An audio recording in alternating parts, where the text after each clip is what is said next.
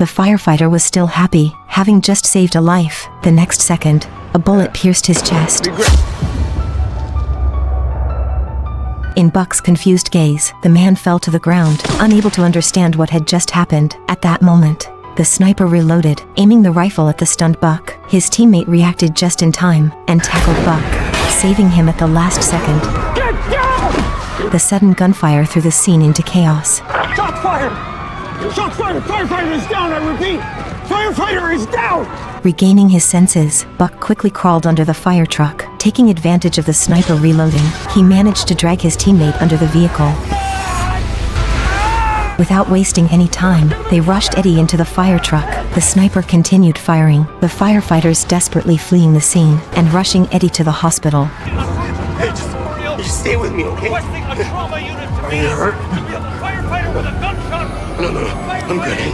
You just hang on. Hey, come on!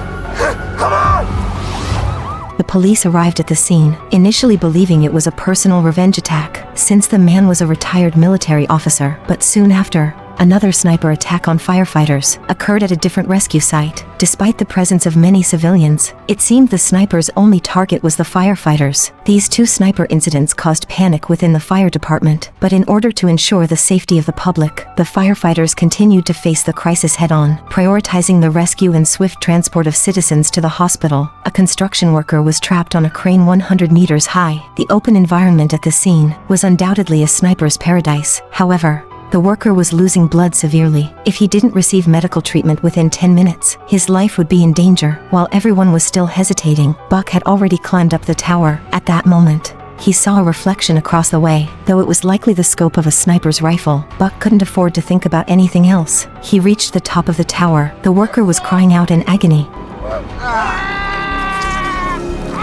His arm tightly pinned beneath a steel cable. Under his teammate's guidance, Buck successfully applied a tourniquet. Then, Buck sawed through the steel cable.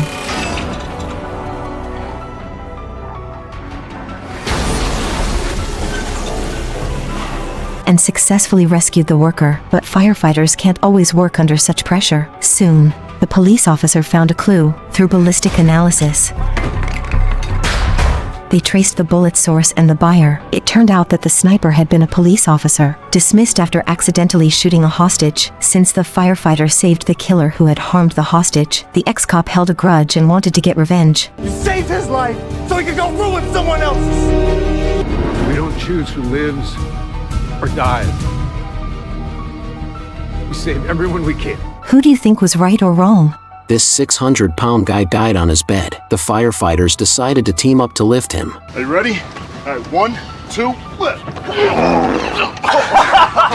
Come on, man. They burst into laughter, asking who just farted, but no one fessed up. That's when they realized something was off. The captain leaned in to check the guy's heartbeat and felt for his pulse. He was still alive. They hurriedly got him to the hospital. Dr. House ordered an MRI on him, but halfway through, the guy suddenly woke up. In a panic, he started thrashing around, completely wrecking over the $1 million worth of equipment. After waking up, the guy insisted on being discharged, but Dr. House wasn't having it. Even though the scans showed no blood clots in his brain, the random fainting and then waking up definitely raised some red flags. Out of nowhere, the guy threw a tantrum, slamming his fork and knife down. Stop.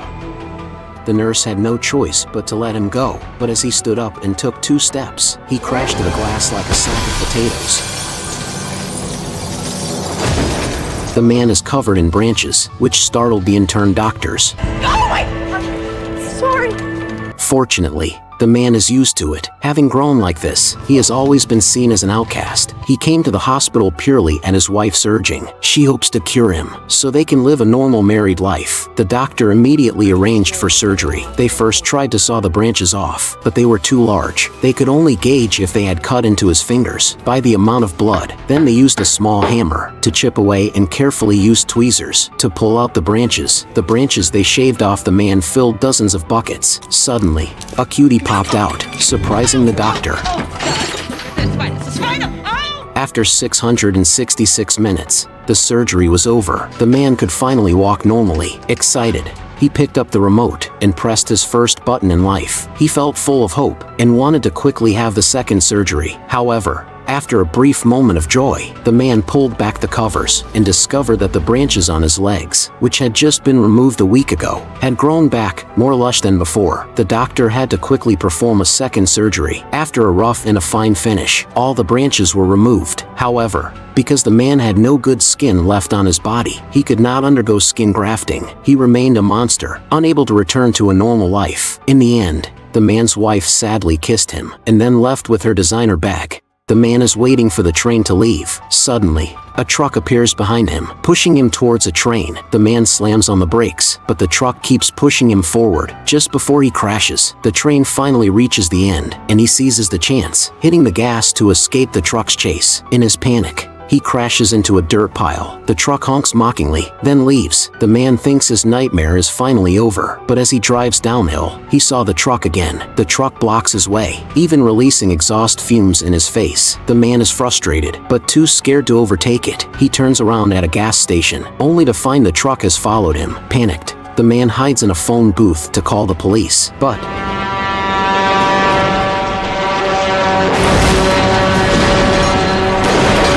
luckily, the man has a pair of long legs and manages to escape this time. But to his surprise, the truck doesn't stop. After a few more rounds, the man finally finds a chance to escape the scene. Who is driving the truck? Why have I never seen his face?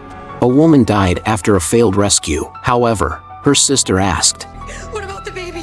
It turned out the woman's big belly wasn't from being overweight. She was pregnant. The paramedics quickly checked her belly and felt the baby. They took off the stethoscope and found the baby still had a heartbeat. But the problem was, getting to the hospital would take at least 20 minutes. And even worse, the baby's heart rate was dropping. The sister asked why they didn't do a C-section. The paramedics explained they were only responsible for emergency care and couldn't deliver the baby. However, after the sister begged them, the paramedics decided to risk getting fired to help. They grabbed their tools, cut open the skin, then sliced through the fat and fascia. Soon, they saw the baby, but it wasn't crying. The paramedics had to do CPR. A few minutes later, the baby finally cried, and everyone was moved to tears. Do you like kids? The man has a 3-meter-long wound on his chest, but he says it's from his cat. At that moment, the landlord comes to collect the rent. She opens the door and sees wood shavings everywhere. Then she turns around. You tell me this is a cat?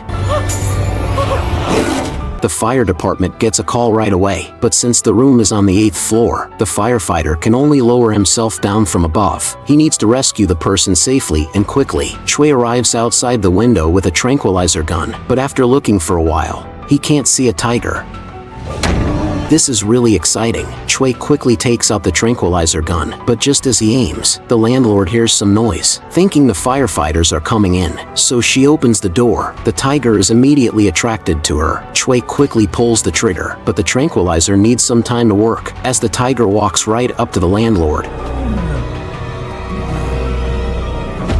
Choi signals, and the waiting firefighters rush into the room. The landlord is finally rescued. Do you like this cat?